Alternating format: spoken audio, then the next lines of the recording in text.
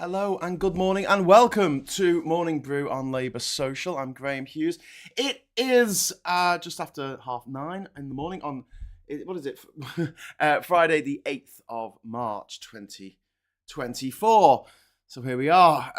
We've had the budget this week. That's been the big news story, I guess. And it hasn't gone down too well. We'll jump into the papers in a moment. But what I want to talk about first is the fact that for over 2 years now, Labour have been more trusted on the economy, despite what GB News says, more trusted on the economy than the Conservatives are. In fact, they're more trusted on tax, immigration, and crime as well. These are generally the sort of areas that the Tories dominate in terms of public opinion.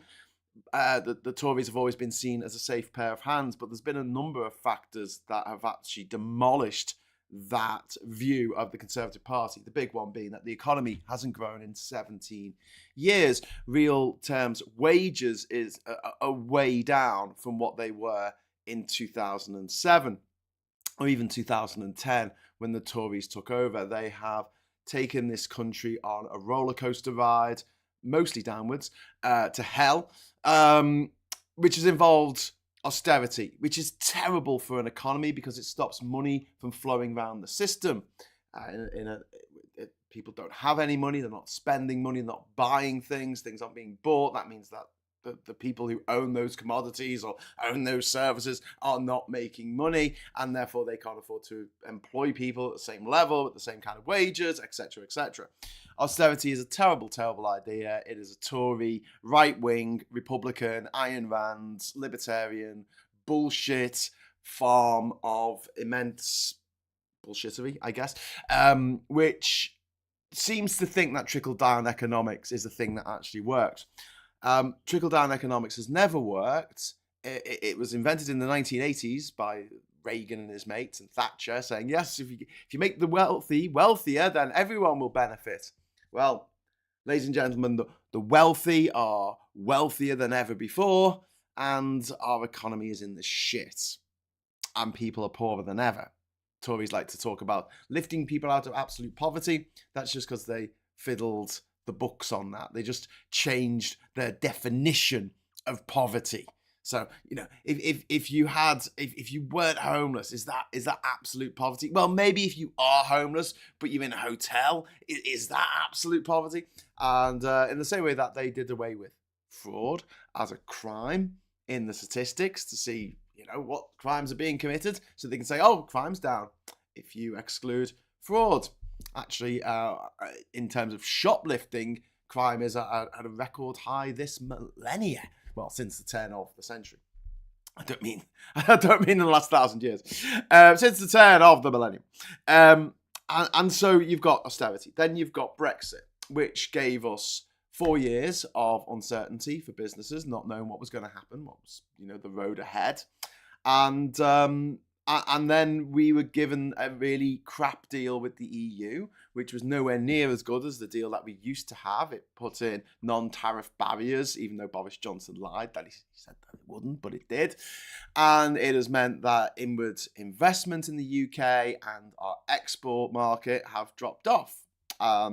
We've seen big car manufacturers shut down. We've been seeing the Tata steel plant in Port Talbot in Wales shutting down as well. They're not shutting down their plant in the Netherlands, though, are they? No. We're seeing P&O sack everybody on everyone who's British, not any of their EU counterparts, because they're protected by the EU. So, Brexit, great. And then came the pandemic and the terrible, awful, shitty response to the pandemic by this government, who decided that the best thing to do was to not lock down until the absolute last minute, which meant that the virus spread like wildfire around the country, killing way more people in this country than nearly any other country per person in the developed world. Actually, it's one of the highest rates in the world, actually. And we knew this was coming, and we saw it happening in Italy. We saw people dying in Italy, and instead of doing something about it, we went, oh, let's just hang on and see how this goes. We were in Ireland. You know, even Northern Ireland is part of an island. We could have done a deal with the Republic of Ireland to say, let's stop flights coming in, but we didn't. Even when we were locked down and we couldn't move, the rich could. If you could afford a flight, you could still fly here. If you can afford to spend a couple of weeks in a hotel, in a COVID secure hotel, which you got to and your own means, then you were clear. You were all good. Great. And then obviously the other problems with COVID being that the Tories decided to create a VIP lane and get a load of dodgy PPE off their mates for twice the price. It didn't work. Nice. Meanwhile, the Tory MPs were, Tory, not just the MPs, but the advisors to the Tory party were undermining the whole message of being locked down by saying, oh, well, you know, if you need to test drives, go for a 45-minute drive to Barnard Castle along a series of very dangerous A-roads. Okay. I've got a couple of super chats, so I'm just going to jump into them. One Angry Pagan, thank you very much. I don't understand something. Many are calling for Labour to do more when they take power, yet also constantly reminding us that they won't have funds. Yes, I agree. I mean, the Labour are going to be handed a shit sandwich. We all know that. I mean, it's something we can all agree on. The state of this nation at the moment is not a good one. The Tories are trashing the place on the way out. They are salting the earth. And big thing of that is the economy and what they're doing to the economy. Johnny Cophead, thank you very much for the £2 super chat. A couple of quid to circulate around the economy. Thank you so much. That's really kind of you. Anyway, back to the Tories. So the pandemic response was shite and resulted in billionaires making a lot more money. A lot more money. There's 171 billionaires in the last count in the UK, all of which are Tories, all of which want to funnel money into disaster capitalist projects like GB News and Talk TV, which has been taken off the TV this week. So, you know, there's some good news on the horizon. Anyway, so moving swiftly on. The Tories then thought, well, you know, we did a shit job during austerity. We did a shit job with Brexit. We've got these crappy trade deals that don't, you know, they don't add up to a pan of scouse. Like it's 0.08% over 10 years to the economy. It's like half of all. And also, don't forget that the trade deal that we've got with Australia, for instance, allows them to sell us 20,000 tons of beef every year. Beef that is, you know, not fit for consumption in the EU. So we're going to have to label everything now, not for EU, which is costing millions of pounds to relabel everything, not for our benefit, for the benefit of the EU. Do you know how much we can sell them? I've told you this before. You probably know the answer. Nothing. What? Not a single soggy brisket of beef can be sold from the UK to Australia. British beef is banned in Australia. If you tried to smuggle it in, they'll probably throw you in jail. A great deal, guys. Great deal. Great deal. I didn't even mention the fact that during the whole Brexit uncertainty years of the Brexit wars, that our biggest financial institutions, banks and things, moved over £1 trillion of assets out of the UK and put them in Dublin and the Netherlands and Frankfurt and Paris. £1 trillion of assets. And when I tackled a Brexiteer about this, they said, well, money moves around all the time, old chap. Oh! Or something like that. Couldn't understand what they were saying under all the drooling and idiocy. Anyway, the Barclays Bank had to go to the High Court. Look this up. You might not believe me. Look it up. But Barclays Bank had to go to the High Court in London and ask permission to take over £200 billion out of our country. Of assets. They took it out of our country. Britain, under the Tories, is now trillions of pounds poorer than it was when they got in. When I actually think Britain was last great. I'm sorry, I know people don't like this whole, when was this country great? I think we had really turned the corner by 2010, even with the credit crunch and everything else. But, you know, we were achieving stuff. Stuff was getting built. Stuff was getting fixed. We were feeling prouder than ever before to be British. We felt like we could take things on, like the Olympics, and do it well, which we did. Now look at us. I haven't even got to Truss yet. Should we get to Truss? So along comes Liz Truss, the bot of the Tufton Street Brigade, 55 Tufton Street. And then she turns up and does the disaster kamikaze budget, as some people have said, some wags have said, which blew a £425 billion hole in our pension funds. 425 billion. And she also blew a 40 billion hole in public finances, because people were just not interested in investing in the UK because they were like, oh my God, what are you doing? Unfunded tax cuts. That's not good. Do you still think she did the right thing? She's still a Tory MP. She still maintains the whip. Even though she's now appearing on platforms with actual out-and-out Nazis, people who say things like, you should wear accusations of racism as a badge of honour. She's sharing the stage with them. People who say, we need to destroy democracy.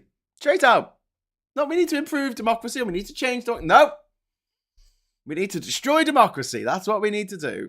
We need an oligarchy where rule by the few, the rich. That's what we need.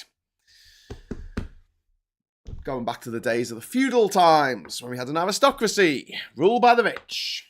Rule by the witch. Pork TV still on there? Yeah. Anyway, so then along comes Rishi. And he's like, oh, I'm going to grow the economy. Something that has been said by every single Tory Chancellor of the Exchequer since 2010. And it's going to create jobs and it's going to do all this amazing stuff. They're going to reduce immigration somehow, maybe. Yeah. And didn't do any of that. In fact, more immigration than ever before. We're in a recession, which you can't deny. The facts are there. The figures are there. You can be hopeful for where we're going to be in 2028. But right now, right here, we're in recession. The house is on fire. We need to put it out. No good at looking what you're going to do with the garden. You know, in a few years' time. You've got to put the fire out first. Put the fire out. Which the Tories don't want to do. Anyway, so I'm not the only one saying this. You're not the only one thinking this in the chat as well. The British population, the British populace have looked at the Tories' record and gone, oh my God, this is awful. And they're going to get absolutely annihilated in the next election by the looks of things. Fingers crossed. I don't think it's going to be as bad for them as some of the polls are making out, but I hope it is.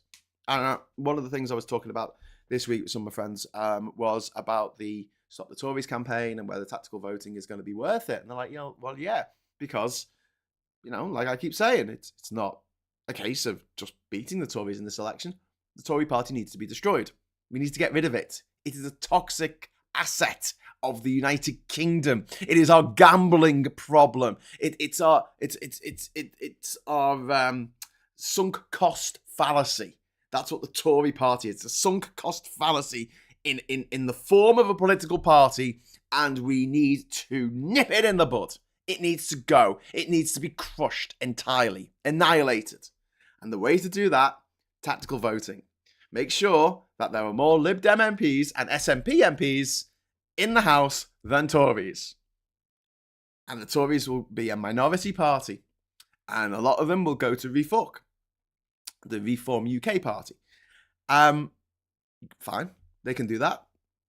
But the number of people who are going to be in the thrall of ReFuck is diminishing every day because they only have a small cohort of the British population who they appeal to, and a lot of them are not going to be around much longer. Just put it that way. Obviously, doesn't appeal to everyone in that cohort by any stretch of the imagination. But I'll tell you who they really don't appeal to, it's young people. And Tories either. That stat, that like 1% of 18 to 24-year-olds are thinking of voting Tory in the next election. I mean, 1%. My word. So the Tories can't get out of this one. This was the too little, too late budget. I nicked that off Larry and Paul. Please subscribe to Larry and Paul. They're very funny. They do the Broken News show on YouTube. Well worth following. Too little, too late budget. And this idea that they're going to get rid of national insurance. They don't have the money to do that. Even in the future, they don't have the money to do that. What are you talking about? My God. Anyway, right. So, good morning. Says Johan. Or Jon. Thank you very much. Gary says, the Express headline last night saying Brexit was worth billions. or something. Yes, I was just about to come to that, my friend, because we're going to go to the wonderful world of tomorrow's papers today. Actually, these are today's papers today. That's the name of the website, is Tomorrow's Papers. First of all, we've got the Tory budget bombshell there with bloody Mr. Bean, our Chancellor of the Exchequer, who got called the C-bomb yesterday in the news, which is a beautiful thing. He was actually called Mr. C-Unit. I don't even think the newscaster even stopped. I think she just kept talking. Because that's his name, Mr. C-Unit.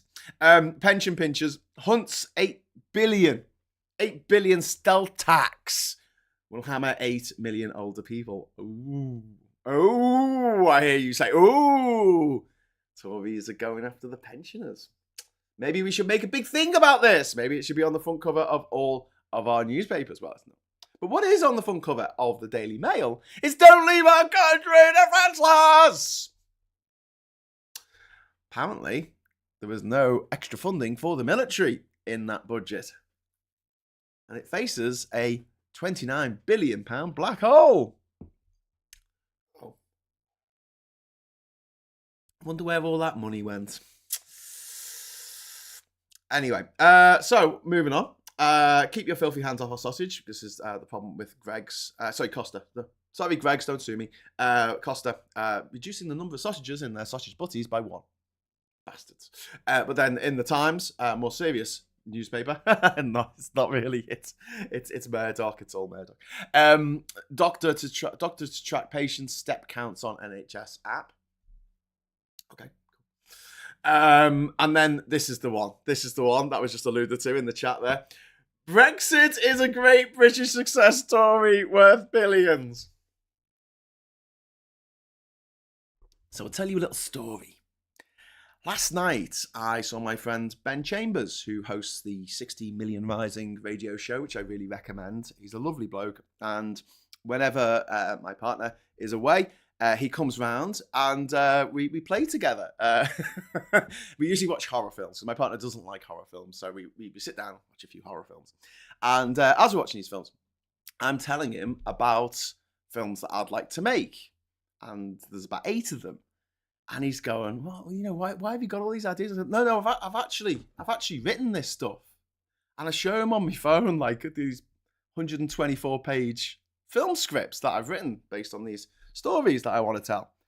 And he's looking at it going, bloody hell, Graham. And I'm like, yeah, you know, he says, why don't you show that to anyone? I don't know anyone. You know, I thought, naively, I was such a sweet summer child. I thought that after visiting every country in the world without flying and getting onto every single major news network in the world and having a major 8-part TV series produced by Lonely Planet, National Geographic and the BBC, I think some certain doors would have opened for me in order to get a book deal and therefore, you know, meet people who might want to turn my story into a film and then use them as a launchpad to actually say, here's some more scripts that I'd like to actually see get made.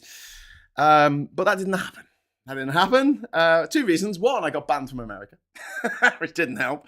And 2, this country is totally Old Boys Network. And if you're not part of the Old Boys Network, forget about it. But I can honestly say that my scripts that I've written, you know, nobody's seen, few people have seen, they're worth billions. There you go. They're a great success story worth billions. I've not shown them to anyone, you know, who can actually make a movie out of them. And you know, I'm pretty confident, though, that they are worth billions. You know, these movies, they're up there with Avatar and Endgame and Star Wars, The Force Awakens. You know, that kind of billion-dollar movie. All of them, all 8 of them, I believe. I've got no evidence at all whatsoever. But you know what? I think I should be able to say that and then go on the front cover of a national newspaper and say, my ideas are worth billions. All right. But do you want to know the difference between me and Kemi Badenoch? I didn't go to private school. I'll keep mentioning it. Privateschoolmafia.com. Check it out, please, before you go, oh, not everyone who goes to private school is evil. Just check it out. Just read the disclaimer. Anyway, Maureen O'Mara, thank you very much for the super chat. That's really kind of you. It's International Women's Day today. Yay! As we celebrate the success of the 1970 Equal Pay Act and only 14% overall pay gap in 2023. The fact that there is still such a pay gap is just monstrous. Like, how is this possible that you literally give women less money? It also, International Women's Day, something to focus on as well. There's a story in the Guardian newspaper talking on the Guardian website, and what it's doing, it's putting together the list, and they did this with police killing people with guns in America a few years ago. They're taking local news reports and things like that of women who've been killed by their partner or sometimes by their sons, by men, essentially. And they're documenting each case and bringing it to light as part of a project that's going to go out on through the year to just cast light on how much violence against women there is in society. And I'll just go point out at this point, and this is not to score a cheap dig or whatever, J.K. Rowling or whatever, but none of them so far have arisen as by a trans person using the wrong bathroom. It's always been, literally domestic violence, that kind of thing. Because I know this is going to sound really kind of, crap, but it is good in a way, in a weird roundabout way. This is a good thing. People ask me, like, you went around the world on your own with a camcorder with some of the most dangerous countries in the world and a laptop, and, you didn't get mugged, you didn't get beaten up, you didn't die. How? And I said, well, most people in your life that don't know you. They don't mean you any harm. I mean, they might want to mug you, but maybe I'm just lucky. But, like, seriously, most people who are harmed by other people in their lives, it's someone they know. I mean, when I say it's a good thing in a way that, like, it means that the world is a lot safer than a lot of people give it credit for, but also it's pretty bad because the police and the judiciary, the legal service and the government are very, very bad at protecting women in particular against people they know. For another good example is Clare's Law. This was brought in 10 years ago, so you could get in touch with the police and ask them if your partner has been found guilty of any kind of offences like stalking or whatever. And taking up to a year to get back to people. A year for these police services to, like, look someone up on a database. A year. Because they're like, oh, well, we're not going to pay for that. Who cares? And that alone could prevent so much violence and death in this country. But the police can't be asked. It's absolutely abhorrent. And Clare's law needs to be known about more. Anyway, right. Wednesday's National Men's Day, says someone. Brexit is a great success, British success story worth billions.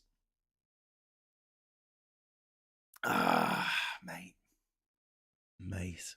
Do you know, this is like a physicist looking at a cat and going, do you know how much energy's in that cat? It could destroy an entire country. And they're right. In terms of the atoms that make up the cat, yeah, there is enough energy to destroy an entire country. Good luck getting out of the cat, though. Right. US to build port on shore of Gaza to allow aid deliveries. It's an important news story. The US is basically, like, obviously pissed off with Israel, but because of historical links with Israel, they can't just basically tell them to have a ceasefire and I don't know, assassinate the leaders, maybe, like what they do in South America. Well, they did in South America. No, they can't do that. So what they're doing instead, well, they could do that actually. Well, not the assassination bit, but the ceasefire bit. They could be calling for a ceasefire, and they're not, which is painful. What they are doing now is giving aid to the Gazans via deliveries by boat, because they're building a port, and obviously you can get a lot more stuff into a country by a boat than you can trucks, especially going through a border that is administered by Israel and people in. Anyway.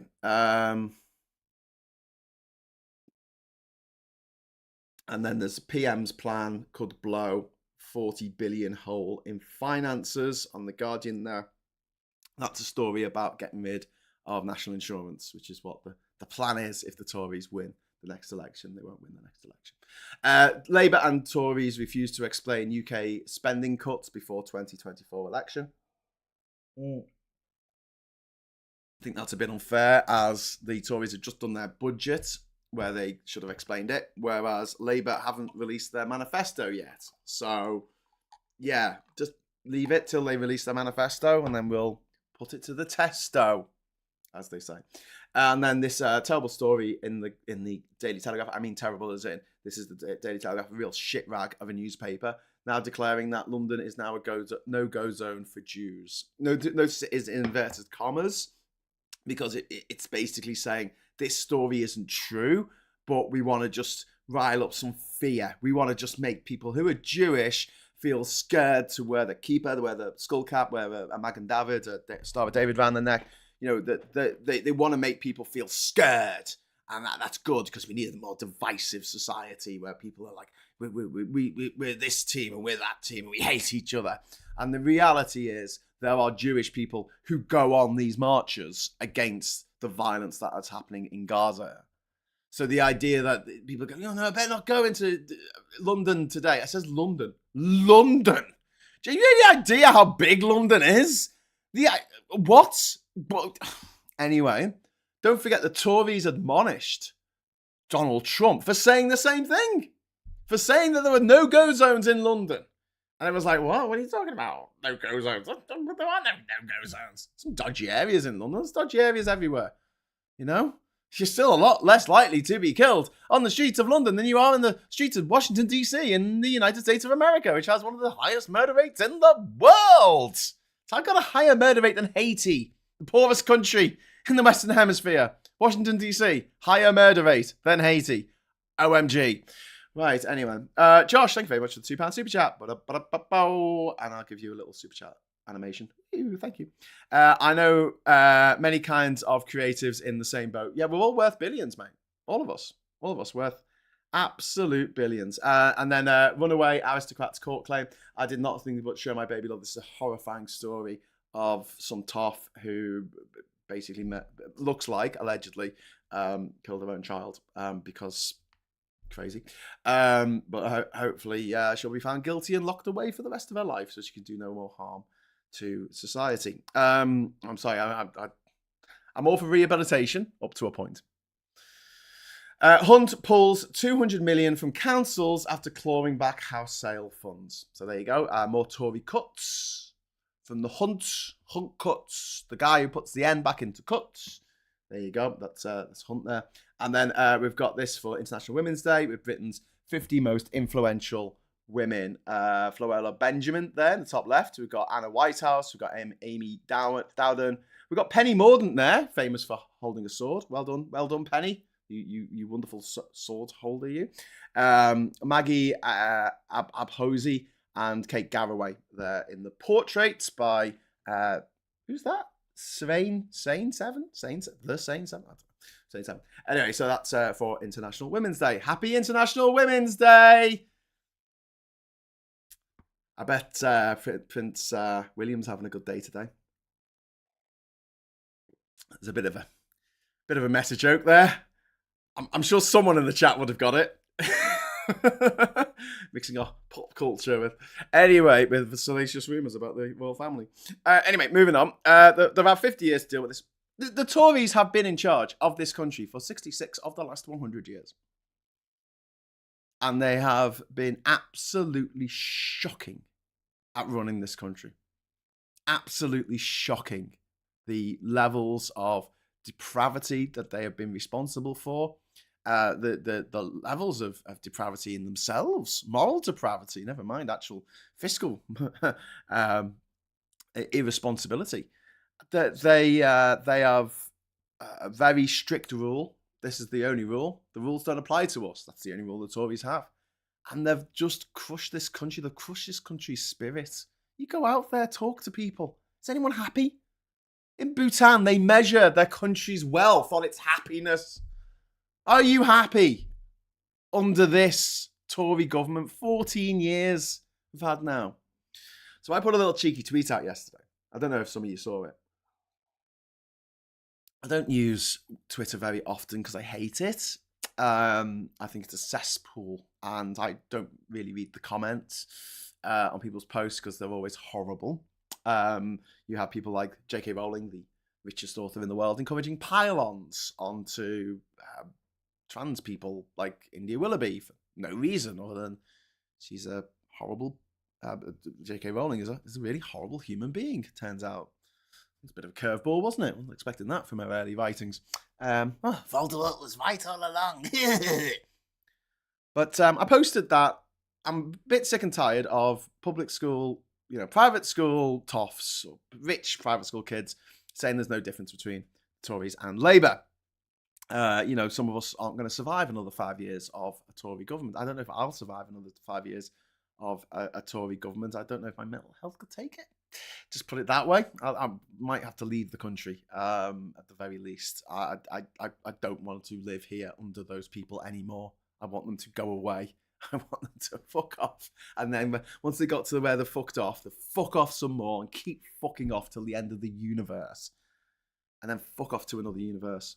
Anyway, but yeah, the replies was priceless. It was like, I grew up in a swamp and I think the Tories and Labour are just the same. And I'm like, well, I'm not talking to you then, am I? I've specifically said rich, privately educated people. That's who I addressed. It's like when I say gammons or baby boomers who voted for Brexit. That's the first few words. Baby boomers who voted for Brexit are a gang of dickheads. Responses, not everyone voted for Brexit, Graham. Yeah, that's why I said in the actual thing. I said, this subset of a subset, that's who I'm talking to. Did you grow up in a going to a private school? No, I grew up in a swamp. Okay, fine. I'm not talking to you then. You do your thing. You brave soul, putting the country for another 5 years of Tory bedlam because you're what you want in the Labour Party isn't exactly what you want, which is it to be a party of protest and opposition forevermore.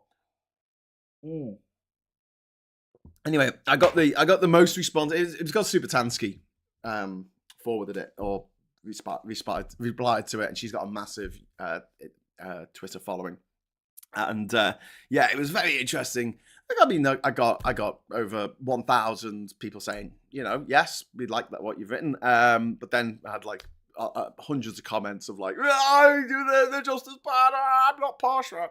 And and it made me think, you know what though, they are really in the minority now.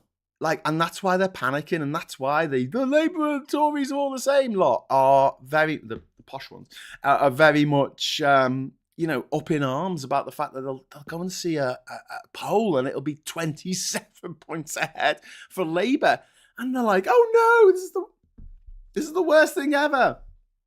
And I don't really get it. Do you know why I don't get it? Because surely if Labour get in, they'll be in their element because they'll be able to spend their entire day slagging off Labour for actually doing things. Because at the moment, they're slagging off Labour for saying they're going to do stuff or not saying they're going to do stuff. They can't actually do anything. They're the freaking opposition. But once they're in power, all these Trotsky tanky weirdos, it's all their dreams come true. It's like, yes, oh my God, the Labour in power. I can slag them off and actually think of physical, concrete acts that they have put into through Parliament and say, that was wrong, you shouldn't have done that, that was bollocks, why haven't you done this, why haven't you done that? And they've actually had the power to actually do it or not do it. And you can criticise them for it. I mean, doesn't that sound like all your Trotsky tanky Christmases come true? That they want Labour in power so they can just have a go at them all the time? I would have thought. Anyway, I've wittered on far too long. I'm going to say a big thank you to Johnny Copperhead there for the £5 super chat. You are God. Thank you. A god, not the god. But thank you. Really appreciate it. Tory is an old Irish word meaning bandit, brigand, or thief. A very wise and perceptive people, the Irish. Yes, I do not disagree. Now do my Irish roots. More tea. Elon Musk, isn't it? Yes. The average person, all that lol. I definitely won't last another 5 years under the Tories, said Purity Vendetta. Yeah, my mum's friends who are suffering at the moment, waiting for operations, like living in pain, waiting for operations because of this government. And like no one was making, hardly anyone was making more than 16 weeks back in 2010 when satisfaction with the NHS was at an all-time high. When the NHS was found by an international board to be the best and most efficient and most effective and most loved health systems in the world. The Tories have taken that from us, like they tried to take everything. Our hopes, dreams, our family heirlooms, our family silver, I guess, of the country, our savings, our dignity. People going on the internet going, I love Theresa May, who's now left. Theresa May's not going to be standing as an MP. In the upcoming election, she's jumped ship like the rest of the rats. Don't ever forget Theresa May. Don't think about her. She cried. Oh my God. Oh, she cried. She was so sad. Yeah, she also sent, when she was Home Secretary, she also sent vans around telling people to go home. Remember the Go Home vans? Oh, lovely woman. Yeah. And she also came up with the Brexit red lines, which led the way to our economic stagnation for the rest of time, by the looks of things. I like the myth that Tory is short for toe rag. Filthy bit of toe rag. Indeed. Right. So thank you very much for watching. I'm going to be here a lot today. A lot. So 1 o'clock, we've got the agenda. Me and Phil are going to be having a little bit of bants over what's been happening this week. So if you want to tune in for that and also comment, you're very welcome to. I'm going to be filming a episode of Sunday Roast with Maximilian and Alex from Political X this afternoon. That'll go out on Sunday, so please look out for that. If I forget to remind you, that'll go out on Sunday on the Political X channel. And finally, we're going to be back on at 9 o'clock tonight for the Labour Social, and with some special guests. And I'm going to trail this a little bit, but I think not this week, but next week we're going to have a very special guest on the show, so you're not going to want to miss that. But tonight's going to be a good show as well, and there'll be very special guests. Everyone's special. Some people are very, very special. So look out for that. But thank you very much for joining us. Thanks for all the love and support and people who've got in touch with me privately to say, ask how I am and everything. I really appreciate that. Thank you so much. And I just want to say something before I go. And I know I'm way over time. There are a lot of jobs that people sort of talk about. It's like, oh, it's a thankless job. Oh, being a politician is a thankless job. Doing this is a thankless job. This is not a thankless job. And that's what I like about it. It doesn't pay particularly well, but at least I have people like you watching this going, thank you for putting this together. It literally is the definition of a thankful job where people actually say, thank you for doing it. And I appreciate that. And that's down to you. That's down to the people watching this now, and growing this community that we've put together, based off what I've done in the past, but also in the last year we brought a lot of new people on board with this project, and hopefully we will be sailing through to the next election, the next general election, and then after that, we can join the Trots and the Tankies, the Tankies, in holding Labour to account. That's going to be our job because we're independent of Labour, obviously. So thank you from the bottom of my heart. I really, really appreciate it. And I'm going to get off now. I'll be back at 1 o'clock. So please join us for the show then, or watch it on Catch Up, as they say. It's not Catch Up, it's YouTube. But until next time, thank you very much for the chat. Thanks for being there for me and each other. And thanks for super chats. And until next time, I'll say hello, good evening, welcome, and goodbye.